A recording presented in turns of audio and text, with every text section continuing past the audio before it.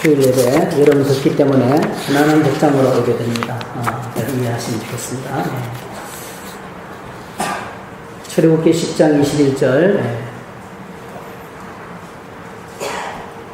같이 읽으시겠습니다. 여호와께서 모세에게 이르시되 하늘을 향하여 내 손을 내밀어 애굽 땅 위에 흑암이 있게 하라. 곧 더듬을 만한 흑암이니라.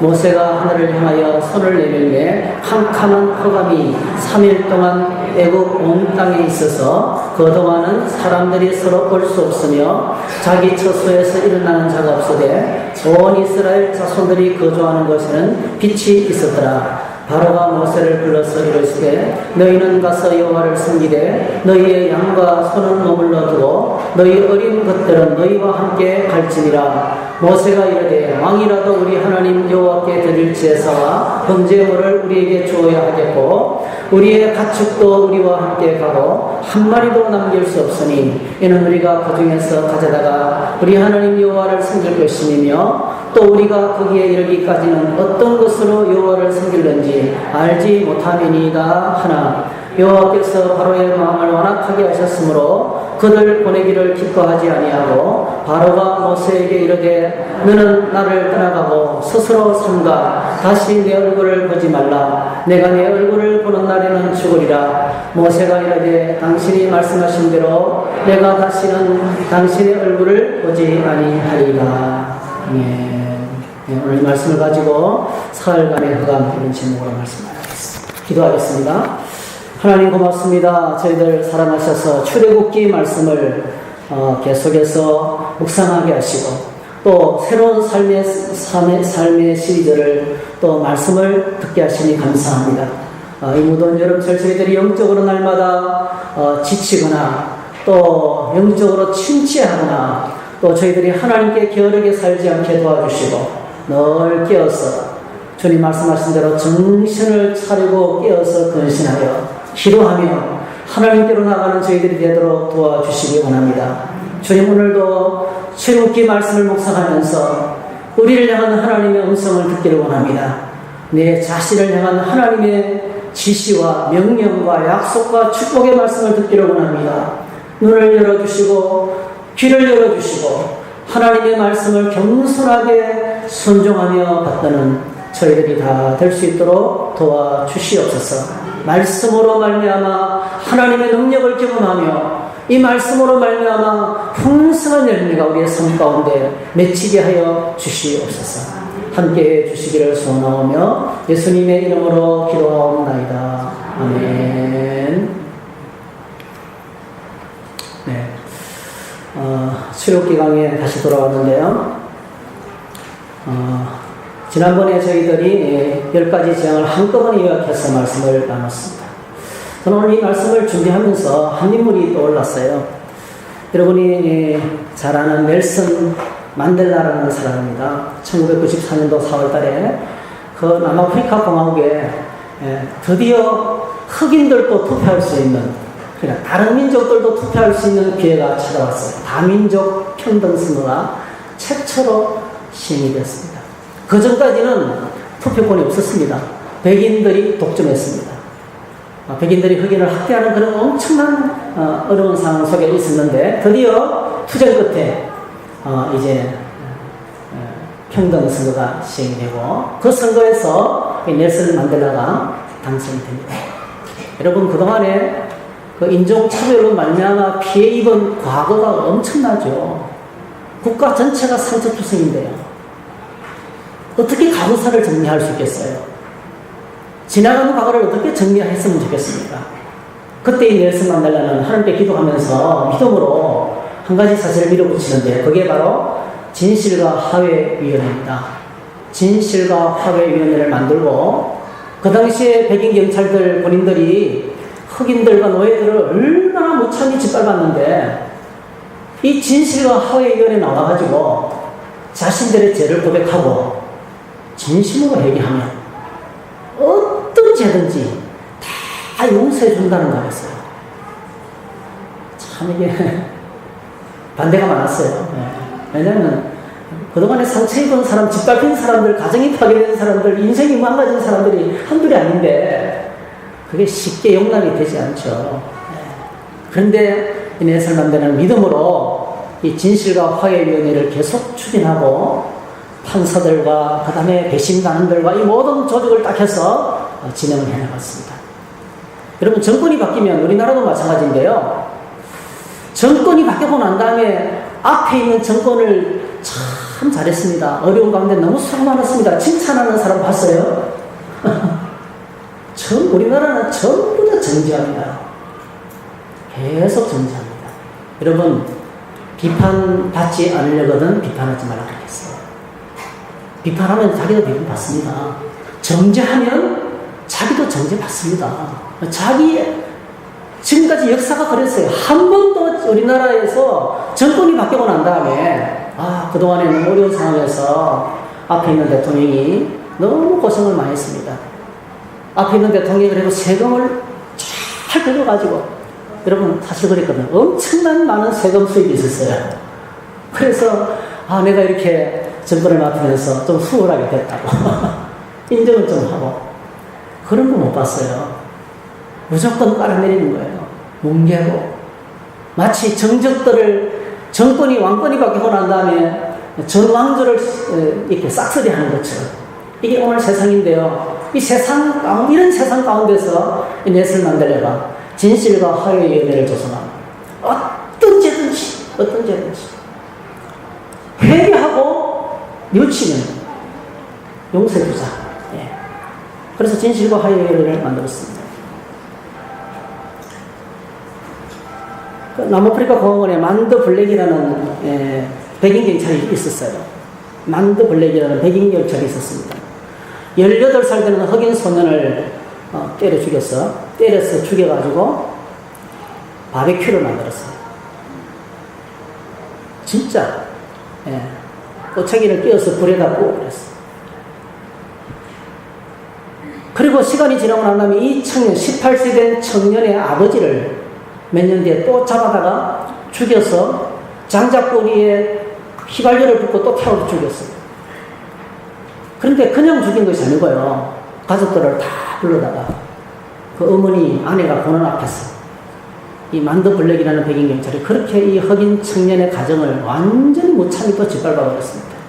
남은 것은 어머니와 아이들밖에 없어요. 시간이 지났습니다. 만드 블랙이라는 백인 경찰이 진실과 화해위원회에 나왔습니다. 자기의 죄를 다 얘기했습니다. 이렇게 몹쓸 죄를 지었습니다. 눈물을 흘리면서 회개했습니다. 그리고 용서를 구했습니다. 그 자리에 이제 이 나이가 많은 이 노부인이 이제 앉아 있었어요. 정말 살뜰리는 일이죠. 재판관이 물었습니다. 노부인에게, 부인, 이 만드 블랙 씨를 어떻게 했으면 좋겠습니다. 당신은 만드 블랙 씨를 어떻게, 만드 블랙 씨에게 뭐 해주기를 원합니까? 이 사람을 어떻게 했으면 좋겠습니까? 이렇게 물었을 때 이 부인이 이렇게 말했어요. 자리에서 일어서더니 만드 블랙 씨가 내 가족을 다 데려갔습니다. 남편도 아들도 다 내 가정을 완전히 송두리째 망가뜨렸습니다. 하지만 저에게는 아직도 그에게 줄 사랑이 남아 있습니다. 저에게는 아직도 그를 사랑할 사랑이 남아있다는 거예요. 그러면서 이제 재판관에게 요청을 했습니다. 재판관님, 한 달에 2번씩 그가 내 집에 와서 하루 동안 시간을 보내기를 원합니다. 제가 그의 엄마 노릇을 하겠습니다. 그를 좀 보살피고 싶습니다. 그리고 나는 만드 블랙 씨가 하나님의 용서를 받았다는 것과 내가 이미 그를 용서했다는 것을 알았으면 좋겠습니다.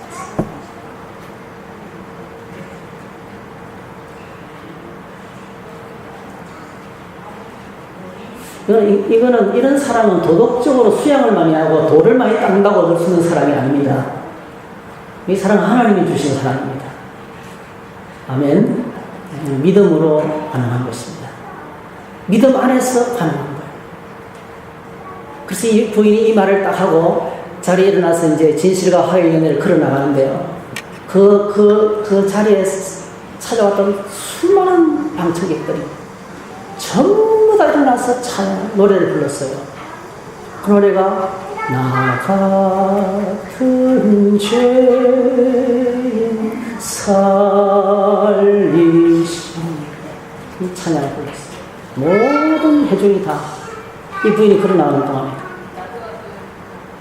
근데 반드 블랙 씨는 이 찬양을 들을 수가 없었어요. 왜냐하면 이 부인의 고백을 듣는 순간에 이 사람이 절대 이 엄청난 사랑의 충격을 받아서 심장이 멎어버렸어요. 그 자리에서. 그래서 이 반드 블랙 씨는 그 자리에서 숨지고 말았어요.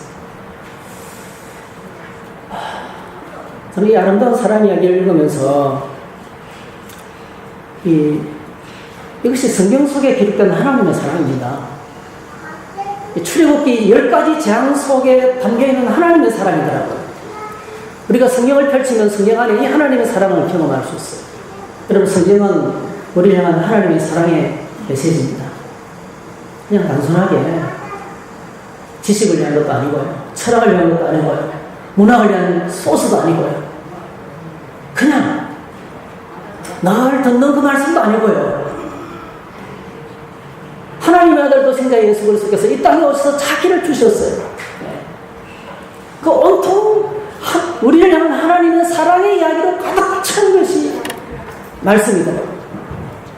이 징계 10가지 재앙 속에 하나님의 사랑이 묻어 있어요. 하나님의 사랑이 그냥 구석구석마다 묻어 있습니다. 참으시고 기다리시고 경고하시고 그리고 깨닫고 돌아오기를 기다리시고 하십니다. 오늘 저와 여러분들이 하나님의 말씀 앞에 나와서 예배하면서 하나님 말씀 앞에 나가서 이 말씀을 펼치고 묵상하면서 이 속에 담겨있는 하나님의 사랑을 경험할 수 있기를 축복합니다. 진지하게 말씀을 읽으면, 정말 겸손하게 말씀을 읽으면, 마음을 활짝 열고 읽으면 하나님의 사랑이 성경을 통해서 우리에게 부어질 줄로 믿습니다. 우리는 지난번에 10가지 재앙을 종합해서 살펴봤어요. 첫 번째로는 이 재앙을 통해서 하나님께서 제일 크게 원했던 것이 이스라엘의 변화입니다. 이스라엘 백성들을 그냥 내 백성 계속 그렇게 불렀는데요. 이제는 이스라엘을 부르는 호칭이 딱 바뀐다고 말씀을 드렸어요. 뭐라고 바뀌었습니까? 하나님의 군대. 하나님의 군대. 재앙을 통해서 우리 대신 싸우시는 하나님을 보면서 그 노예 근성에서 찌들어서 노예로 태어나서 노예로 살아갈 수밖에 없는, 무기력하기 짝이 없는, 아무것도 할 생각도 없이 그냥 노예로만 사는, 그렇게 부당하게 매를 맞고 죽어도 그냥 노예이기 때문에 다 받아들이는 그 노예 이스라엘이었는데요. 그런데 자기를 사랑하는 하나님께서 이 백성의 주인 되시는 하나님께서 애국과 싸우는 걸 보면서 전투적인 이스라엘로 바뀝니다. 그래서 이스라엘에서 이렇게 이 출애굽을 하고 나오면서 그 묘사하는 부분에 보게 되면 출애굽기 12장 41절에 보니까 430년이 끝나는 그날에 여호와의 군대가 다 애굽 땅에서 나왔다. 이스라엘을 부르면서 여호와의 군대다 이렇게 했습니다. 그래서 오늘 저와 여러분들이 구원받은 하나님의 백성들은 하나님의 군대임을 잊지 말아야 됩니다. 우리는 마귀를 묶고 죄를 추방할 수 있고 어둠의 세력을 몰아낼 수 있고, 그리고 뭐죠? 하나님 앞에 주님과 함께 용감하게 맡기신 사명을 해서 싸울 수 있는, 전투에서 승리할 수 있는 하나님의 군대임을 잊지 말아야 됩니다. 두 번째로 이 애굽의 심판은 그냥 단순한 재앙이 아니고 애굽의 모든 신들에게 내린 심판이다. 애굽의 모든 신들을 내가 심판하리라. 출애굽기 12장 12절에. 그래서 일상의 전 신들, 나일 강물, 개구리, 그죠? 모기, 파리, 그 다음에 또 악질, 이런 것들, 독종, 다 이런 생활 가운데 일어날 수 있는, 충분히 일어날 수 있는 작은 신에서부터 나중에 어디까지 갑니까? 오늘 우리가 다룰 파라오, 이 태양신, 라신, 그들이 가장 높게 승리는 태양신, 그 다음에 마지막 재앙이 뭡니까? 태양의 아들인 파라오까지도 칩니다. 그래서 애굽 사람들이 신뢰하고 믿고 의지하던 그 신앙의 대상을 심판하면서 아무것도 아니다. 신이 아니다. 그냥 없는 거다. 그들이 믿어왔던, 잘못 믿어왔던 가치체계를 완전히 통째로 허물어버리는, 전체를 다 분해해버리는 그 일을 주님이 하셨다는 것을 읽어봤습니다. 그리고 마지막으로는 출애굽기 12장 37절에 이스라엘 자손이 람셋을 떠나서 숫곳에 이르니 요압에 보행하는 장정이 60만 가정이요 수많은 잡족과, 한번 따라합시다. 수많은 잡족과. 이스라엘이 애굽에서 나올 때 이스라엘 백성들을 만나오지 않았다는 거예요. 수많은 잡족들이 같이 따라 나왔어요. 이게 온 땅을 품으시고 온 세상 모든 사람들이 구원받기를 원하시는 하나님께서 친히 미션 선교를 하신 사건으로 그렇게 저희들이 함께 의미를 생각했습니다. 오늘 우리는 아홉 번째 재앙에 대해서 읽었습니다. 이 아홉 번째 재앙은 흑암의 재앙인데요. 우리가 읽은 것처럼 그냥 우리가 생각할 때는 여러분 캄캄한 밤이 3일 동안 계속되면 그냥 푹 자면서 실도 가지요. 지금은 전기불도 있고 뭐 촛불도 있고 그 당시도 촛불도 있고 기름등불도 있었어요. 그 당시도 등불이 있었습니다. 여러분. 근데 여러분 등불을 켜도 무색할 정도로 어둠이 너무 깊었어요. 하나님께서 모든 빛을 다 차단해버리는 그런 무서운 재앙이었습니다. 여러분 단순하게 이 흑암이라는 단어가 성경에 굉장히 많이 나오는데요. 그냥 단순한 흑암이 아닙니다. 흑암의 기운입니다. 흑암의 기운.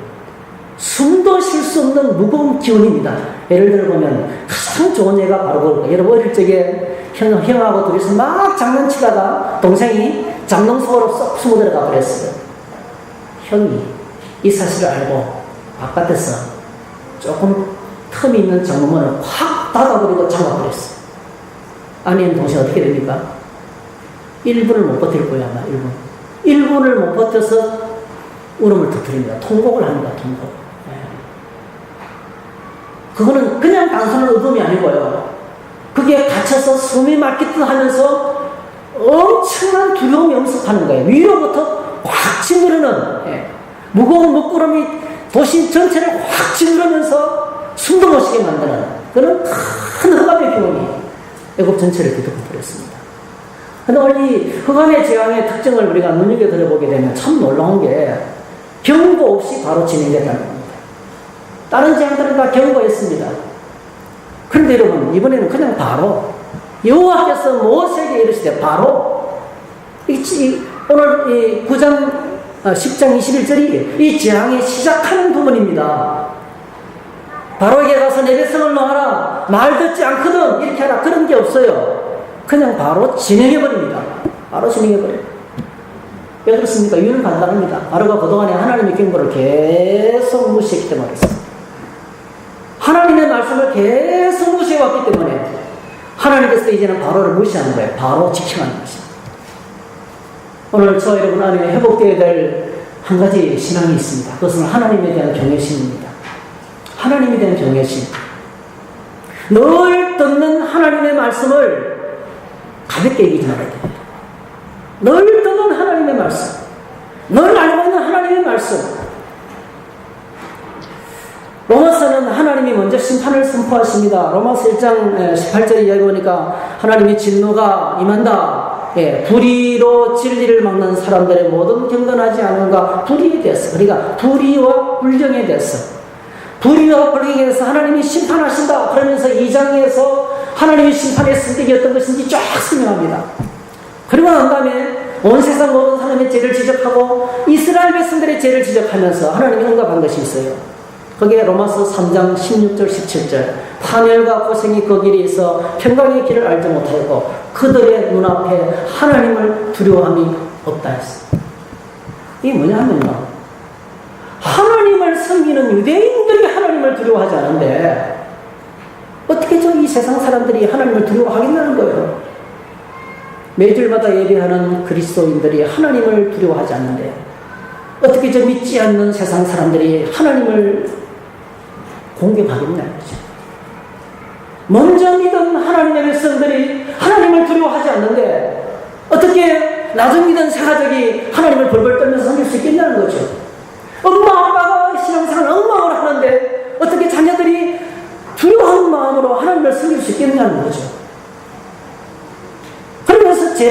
하나씩 책망에 들어가는 것입니다. 하나님에 대한 불경은요, 하나님에 대한 불경은 두려움을 잃어버리는 것입니다. 하나님에 대한 두려움을 잃어버리면 나타나는 첫 번째 특징이 말씀을 무시하는 거예요. 하나님의 말씀을 무시합니다. 이런 바로 우리의 신앙의 가장 기본은 하나님의 말씀입니다. 하나님의 말씀의 근위가 하나님의 근위하고 똑같습니다. 흑암의 재앙이 바로 그런 것입니다. 경고 없이 바로 진행했습니다. 그래서 사흘 동안에 온 땅에 흑암이 덮어버리고 말았습니다. 그럼 흑암을 생각하면 제일 먼저 창세기 말씀이 기억날 거예요. 제일 먼저. 태초에 하나님이 천지를 창조하시니라. 땅이 혼돈하고 공허하며 흑암이 깊은 위에 있고 하나님의 영은 수면 위에 운행하시니라. 흑암이 깊은 위에 있고, 여러분 애굽 사람들에게 이 바로에게 지금 흑암으로 애굽 땅을 다 덮어버렸어요. 어떤 의도가 있습니까? 흑암의 상태는 아무것도 없는 상태입니다. 혼돈한 것입니다. 혼돈. 아무것도 없는 뻥 뚫린 상태. 그러니까 하나님의 말씀을 거역하고 계속해서 저항하면 모든 것을 없는 것으로 돌려버리겠다는 거예요. 아무것도 없는 것으로 돌려버리겠다는 거예요. 엄청나게 무서운 메시지가 여기 포함이 되는 거죠. 이제 앞으로 올 장자의 죽음을 지금 미리 내다보고 얘기하는 거예요.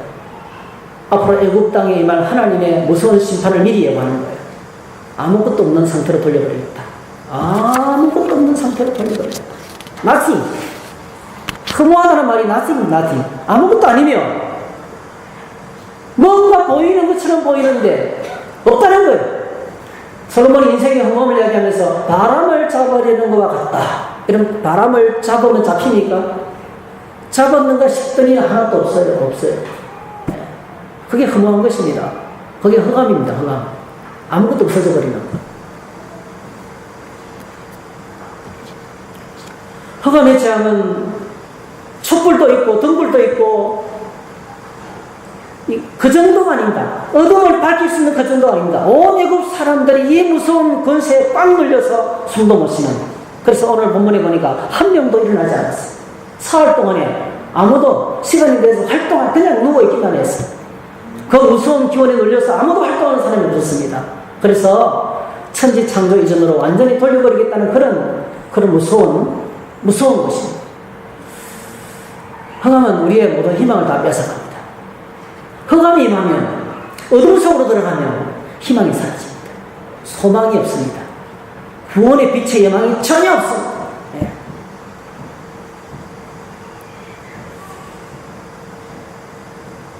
그리고 여러분 아시는 것처럼 이 태양신은요, 태양신 나하는 그 당시에 최고의 신이었습니다. 그들이 믿던 최고의 신, 이 태양신을 심판했습니다. 하나님의 통치 아래서 그들이 믿던 태양신은 아무 힘도 할 수 없는, 아무것도 할 수 없는 것이 되고 말았습니다. 오늘 저와 여러분들이 살아가는 이 시대는 어떻게 보면은 인간의 능력이 대단합니다. 여러분, 날마다 과학이 발달하고 이 새로운 기계가 나오는 거 보면 얼마나 기가 막히지. 대형 건물들, 큰 건물들이 올라가는 건 대단해요. 인간의 기술이 정말 대단한 것 같아요. 따라가기 힘듭니다. 정치, 경제, 사회, 문화 무섭도록 발달하고 있고요. 이 정보의 홍수가 가득 차 있는 세상입니다. 그런데 여러분, 이 시대가 희망적입니까? 희망이 없습니다. 평안이 없습니다. 날 요동칩니다. 절망이 가득합니다. 정신질환자들이 너무 많습니다. 삶의 의욕을 잃어버린 사람이 너무 많습니다. 밤을 대낮처럼 전기불을 받으려고 살지만, 밤을 정복해버린 것처럼 보이지만 실제로는 어리석음과 어두움 속에 갇혀서 더듬고 있습니다. 그냥 어디가 어딘지 모릅니다. 어디로 가야 할지, 어떻게 해야 할지 자신을 다 잃어버렸습니다. 그것이 바로 이 흑암이 주는 무서운 경고인 것입니다. 그리고 또 하나의 경고는 은혜를 다 거두겠다는 거죠. 하나님께서 은혜를 다 거두겠다는 것입니다. 예수님께서 산상설교를 하면서 이렇게 말씀하셨어요. 나는 너에게 이르노니 너희 원수를 사랑하며 너희를 박해하는 자를 위하여 기도하라. 이같이 한즉 하늘에 계신 너희 아버지의 아들이 되리니 이는 하나님이 그 해를 악인과 선인에게 비추시며 비를 의로운 자와 불의한 자에게 내려주시니라 하시니. 하나님 어떤 분이십니까? 악인과 선인에게도 똑같이 태양을 비춰주시고, 그리고 악한 사람과 선한 사람에게도 똑같이 비를 내려주시는 분이십니다. 근데 오늘 본문에서요, 하나님께서 햇빛을 차단해버렸습니다. 여러분, 햇빛을 주시고 물을 주시고 먹을 것을 주시고 입을 것을 주시고 오늘 저와 여러분들에게 이렇게 자유롭게 신앙생활할 수 있는 이 대한민국을 주시고, 그리고 우리의 삶의 환경을 주신 하나님, 우리 이걸 알겠어. 일반 은총이라고 합니다. 일반 은총. 하나님이 일반 은혜라 그럽니다. 온 땅의 모든 사람들은 하나님의 은혜 속에 오늘도 살아가고 있습니다. 지난 주간에 아주 심각하게 고통을 당했던 한 분을 만났는데요. 그 병을 앓으면 무기력증이 찾아오고 무호흡증이 찾아오는 거예요. 순간에 물을 이만큼 마셔야 되는데 물 한 모금 탁 마시는 순간에 어떤 현상이 나타나냐면은 마치 수영 깊은 물에 팍 빠져서 물을 한 모금 탁 먹는 것처럼 물에 빠져서 숨을 잘못 쉬어서 물이 폐로 한번 팍 들어가면 그냥 정신을 잃잖아요. 물 10ml를 먹어야 되는데 그것만 넘어가면 그런 현상이 오는 거예요. 그런 현상. 그래서 이제는 수술 과정을 마치고 많이 회복되셔가지고 저희들을 만나고 있는데요. 그러는 거예요. 목사님, 숨만 쉴 수 있어도 감사하다는 거예요. 할렐루야. 물만 먹어도 감사하다는 거예요. 물만 먹어도. 그 믿음 없는 남편이 그렇게 얘기하는 거예요. 예. 걸어 다닐 수가 있어도 감사하다는 거예요. 예. 그게 일반 은총이 되는 거예요. 모든 사람들에게 하나님께서 먹을 것을 주시고 공기를 주시고 태양을 주시고 하나님 여전히 오늘 저와 여러분들이 먹고 살아갈 수 있도록 이 환경을 주셨어요. 일반 은총입니다. 그리고 오늘 저와 여러분들 어떻습니까? 특별 은총까지 받았습니다. 우리 주 예수 그리스도를 통해서 아무나 받을 수 없는, 누구나 받을 수 없는, 누구나 받을 수 있지만 아무나 받을 수 없는, 예정하시고 선택하시고 구별해서 때가 되니 부르시고 이끌어주시고 길을 열어주시고 문을 열어주셔서 보이지 않는 하나님을 보게 하시고, 할렐루야, 이 땅을 살면서도 천국을 바라보며 살아가게 하시고 인생의 목적을 바꿔주시고 삶의 내용을 수정해 주시고 어떤 문제를 만나면 기도를 응답해 주시고, 할렐루야. 특별 은총입니다. 우리는 일반 은총과 특별 은총 가운데 살아가는 것입니다. 그런데 하나님께서 오늘 햇빛을 스타트했어요. 그거는 딱 한 가지입니다. 여러분. 한 가지 사인이에요. 이제부터 내가 은혜를 거두겠다는 거예요. 지금까지 인내하며 기다리며 사랑을 베풀었는데 네가 계속 말씀을 무시하고 내 사랑을 짓밟고 은혜를 배신했기 때문에 이제는 끝났다는 거예요. 그게 바로 다음에 오는 장자의 죽음입니다. 장자의 죽음의 사인입니다. 은혜를 거두겠다는 것입니다. 여러분, 사도 바울이 편지를 쓸 때마다 편지 쓰자마자 제일 먼저 하는 인사가 뭐죠? 은혜와 평강이 너희에게 있을지어다. 할렐루야. 그것보다 큰 은혜가 없습니다. 여러분, 날마다 예수 그리스도 안에서 하나님의 은혜와 평강 속에 사시기를 축복합니다. 은혜와 평강이 있을지어다. 여러분, 그렇게 축복하세요. 어느 집에 가서 무릎을 꿇고 기도할 때 하나님, 이 집에 하나님의 은혜와 평강이 있기를 원합니다. 축복하세요. 은혜가 한번 떠나보면, 하나님께서 은혜를 한번 거두시면 이런 흑암이 찾아옵니다. 더듬어서 어디로 가야 할지 내가 누군지도 모릅니다. 아무도 안 보입니다. 이런 흑암의 연쇄 가운데 갇히게 되는 것입니다. 오늘 주님을 섬기는 우리에게 정말 필요한 것이 이것입니다. 하나님의 은혜와 사랑에 대한 지각입니다. 하나님의 은혜와 사랑에 대한 깨달음입니다. 아, 주님께서 내가에게 또 이런 은혜를 베풀어 주시는군요. 아, 하나님 오늘도 이렇게 은혜를 주시는군요. 또 말씀을 통해서 주시는군요. 또 친구를 통해서 나에게 말씀을 해주시는군요. 나에게 깨닫게 해주시는군요. 그래서 여러분, 예수님께서 사도 요한이 요한복음을 기록하면서 예수님을 소개하면서 제일 먼저 예수님은 하나님께서 우리에게 주시는 참 빛이라 했어요. 예수님을 소개하면서 빛이라고 했었어요. 어둠에 비치는 빛이라고 소개했습니다. 그게 하나님의 은혜입니다, 여러분. 그 빛의 의미가 뭡니까? 빛이 비치면 어둠이 물러가고 내가 누군지 드러나게 되는 거거든요. 깨닫게 되는 거거든요. 그게 바로 참된 영적인 지각입니다. 참된 영적인 지각이 바로 빛입니다. 그 안에 생명이 있어서니 이 생명은 사람들의 빛이라 빛이 어둠의 빛이 되 어둠이 깨닫지 못하다 했어요. 사람들의 빛, 오늘 우리 인생의 빛. 그래서 참된 영적인 지각이 빛인데 이 빛이 우리에게 비쳤기 때문에 하나님의 특별하신 은혜가 우리에게 임했기 때문에 우리가 주님을 바라보고 하나님을 바라보고 하늘을 보고 땅을 보고 그리고 사람들을 바라보면서 일반 은총을 바라보고 특별 은총을 깨달으면서 주님께 나가게 되는 것입니다. 어둠은 혼돈입니다. 혼돈. 영적인 어둠은 이미 하나님의 심판 아래 있는 것입니다. 고린도후서 4장에 보니까 이렇게 말하고 있죠. 4절에 보니까 이 세상 신이 믿지 않은 자들의 마음을 혼미하게 해서, 이 혼미라는 말은 어두움에 갇혀버린, 어둠에 갇혀진 상태를 말합니다. 어둠 속에 갇혀버린 상태가 혼미하게 됐다는 거죠. 그래서 복음의 빛이 아무리 비춰도 못 깨닫도록 했다는 겁니다. 복음의 빛을 아무리 비춰도 못, 그래서 6절 어두운데 빛이 빛이라 말씀하셨던 그 하나님께서 예수 그리스도의 얼굴에 있는 하나님의 영광을 아는 빛을 우리 마음에 비추셨느니라. 할렐루야. 주님을 깨닫고 하나님을 깨닫고 영적인 진리를 깨달을 수 있는 빛을 하나님 우리에게 비춰주셨어요. 근데 애굽 땅에는 차단해버리고 말았어요. 더 이상 하나님을 알 수 있는 길을 끌어버리고 말았어요. 끝났습니다. 기회가 끝났습니다.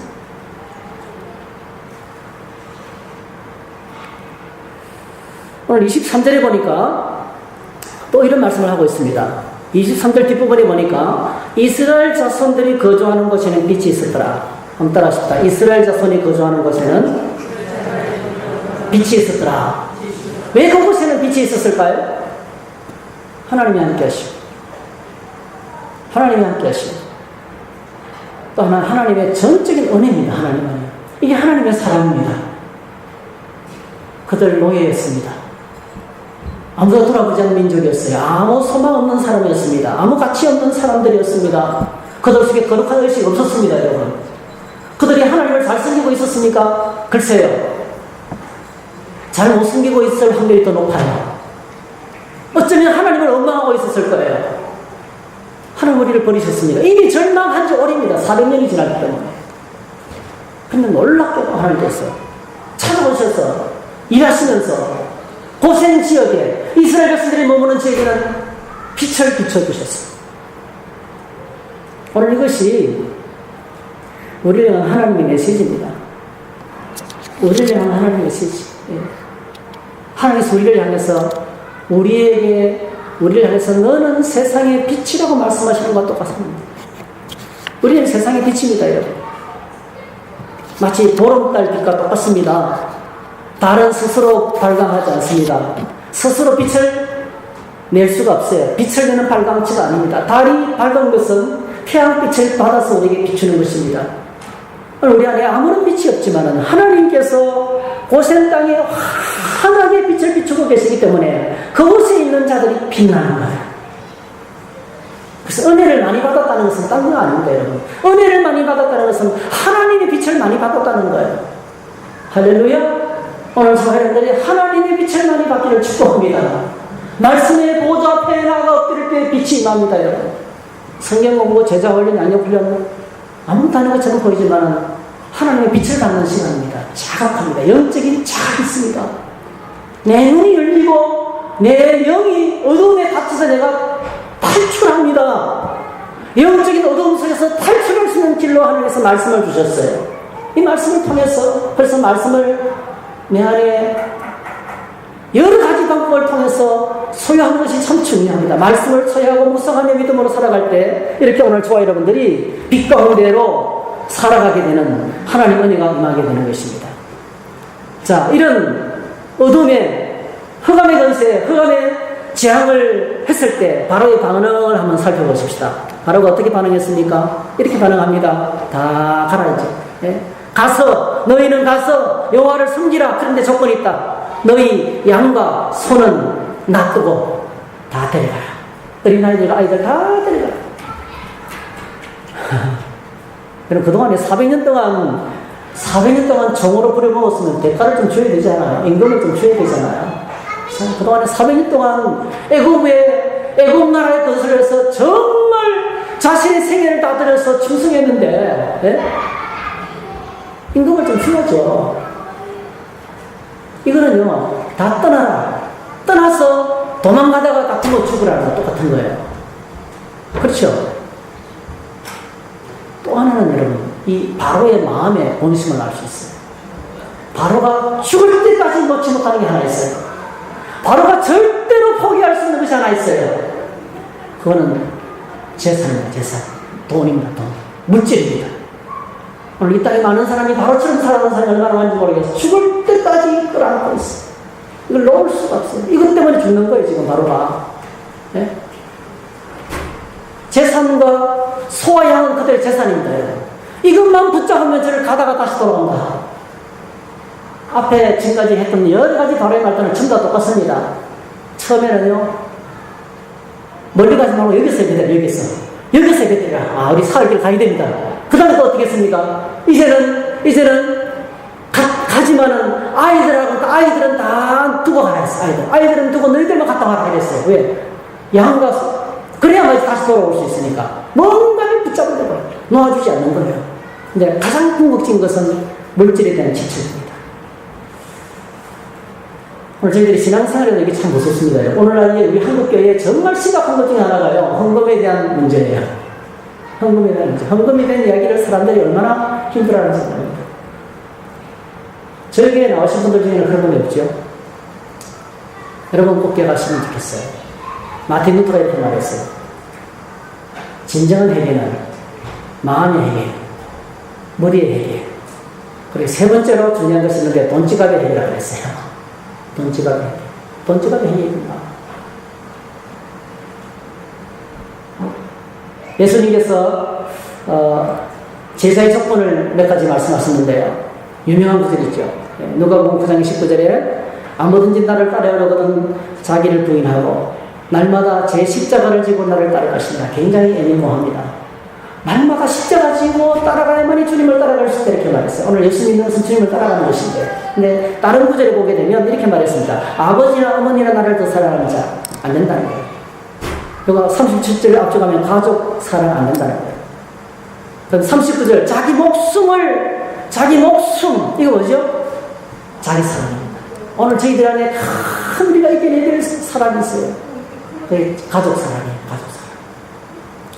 오늘 저와 여러분을 체크해 보세요. 얼마나 자기 가족에 대한 집착이 강한지 몰라요. 두 번째로 자기 몸뚱아리에 대한 집착이 얼마나 강한지 몰라요. 그렇죠? 그리고 마지막에 있어요. 자기 모든 소유를 버리지 않으면 너희 내 죄가 될 수 없다. 물질에 대한 집착입니다. 우리가 예수님을 섬기고 하나님을 섬기려면 우리가 뛰어넘어야 될 사랑이 있어요. 가족 사랑, 자기 사랑, 물질 사랑이에요. 이거 사랑하지 말라는 게 아닙니다. 우선순위 문제예요. 우선순위. 뭐부터 먼저 사랑을 해야 하죠. 주님을 믿어도 놀랍게도 한 가지 변화가 찾아오는데 우리가 소유권 자체가 바뀝니다. 내가 가진 모든 것이 내 생명도 시간도 물질도 전부가 다 주님의 것이라는 거예요. 여러분 이거 인정하십니까? 신앙생활은 창세기 1장 1절부터 인정하고 들어가야 돼요. 태초에 하나님이 천지를 창조하십니다. 온 우주 만물의 주인은 하나님. 하나님이 나를 만드시고 내 인생은 하나님 것이라는 것입니다. 근데 사람들은 쉽게 인정하지 않습니다.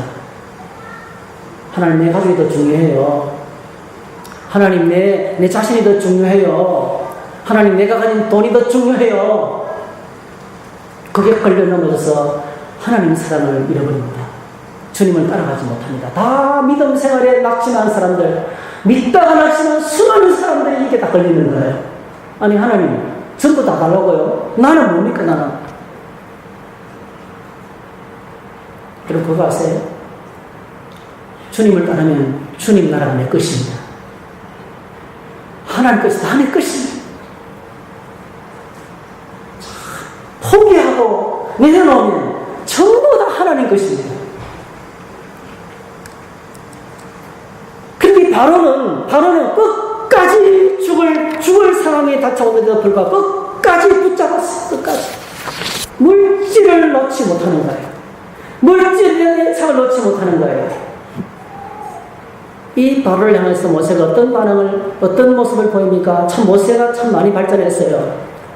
모세가 이르되 왕이라도 우리 하나님 여호와께 드릴 제사와 번제물을 우리에게 주어야 하겠고 우리의 가축도 우리와 함께 가고 한 마리도 남길 수 없으니 이는 우리가 그 중에서 가져다가 우리 하나님 여호와를 섬길 것이며 또 우리가 거기에 이르기까지는 어떤 것으로 여호와를 섬기는지 알지 못함이니이다. 좀 복잡한데요. 간단하게 약속하면 우리가 가진 모든 것들은 다 하나님 것이라는 것이에요.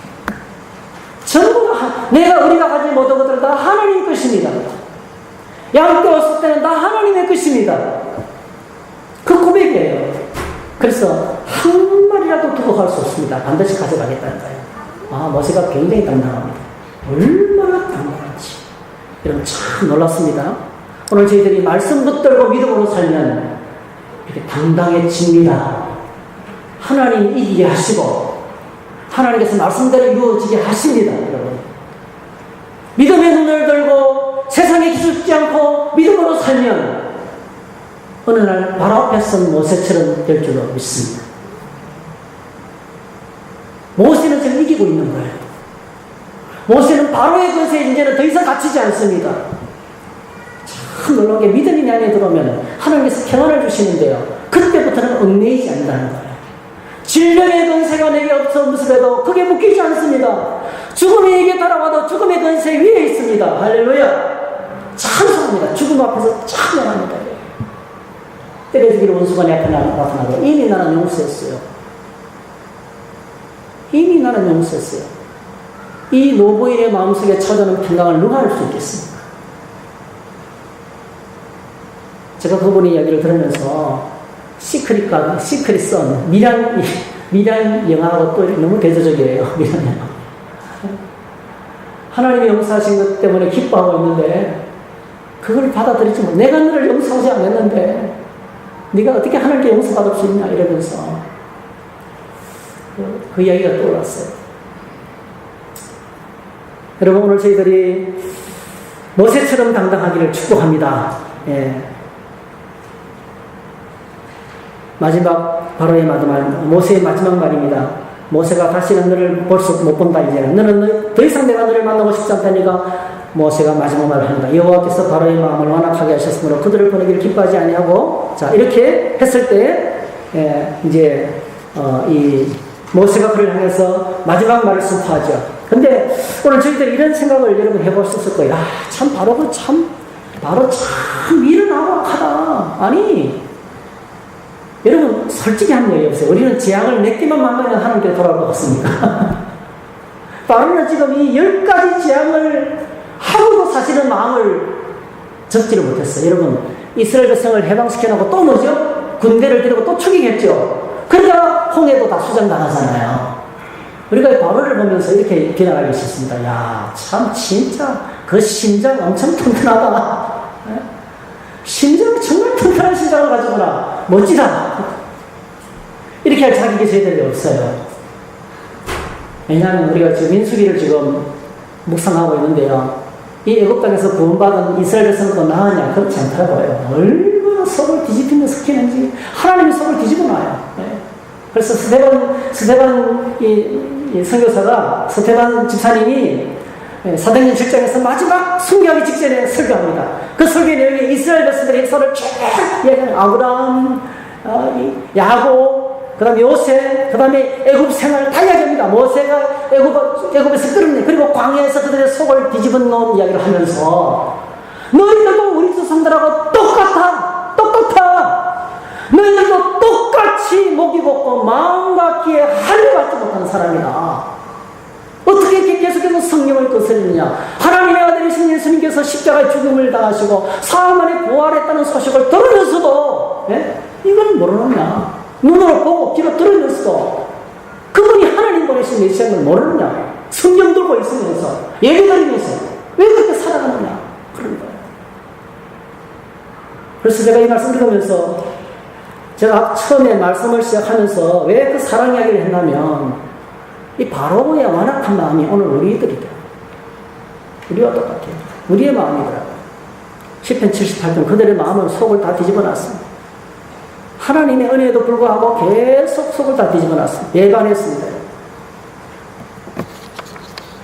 그런데 여러분, 하나님이 우리를 용납하시고 예수 믿게 하시고 눈을 열어주시고 기다리고 계시고 지금도 기다리고 계시고 아무리 말해도 안 듣습니다. 소심줄보다 더 찔린 고집을 갖고 있습니다. 좀처럼 안 받습니다. 사람은 좀처럼 안 받습니다. 얼마나 우리가 악한지 몰라요. 그런데 그럼에도 불구하고 하나님 우리를 사랑합니다. 할렐루야. 하나님 우리를 사랑하시다. 그것이 우리랑 하나님의 사랑입니다. 이 완악한 바로를 향해서 마지막 경고를 하죠. 모세가 이르되 당신의 말씀하신 대로 내가 다시는 당신의 얼굴을 보지 못하리라. 이런 꼭 기억하시면 되겠습니다. 마지막 말은 하나님만이 할 수 있습니다. 우리는 마지막 말 할 자격이 없습니다. 바로가 너 다시는 못 본다 이러니까 모세가 말을 딱 받았습니다. 여호와께서 말씀하시고 하나님이 말씀하신 대로 내가 다시는 당신의 얼굴을 안 보고 마지막 말은 하나님이 하십니다. 우리는 절대로 할 자격이 없습니다. 사랑하는 오늘 저와 여러분들이 이 말씀을 내 자신에 적용해서 날 사랑하시는 주님의 사랑을 발견하고 하나님을 섬기는 저와 여러분 되시기를 주의 이름으로 축복합니다. 자리에 일어나셔서 함께 찬양하겠습니다. 찬송가 305장입니다.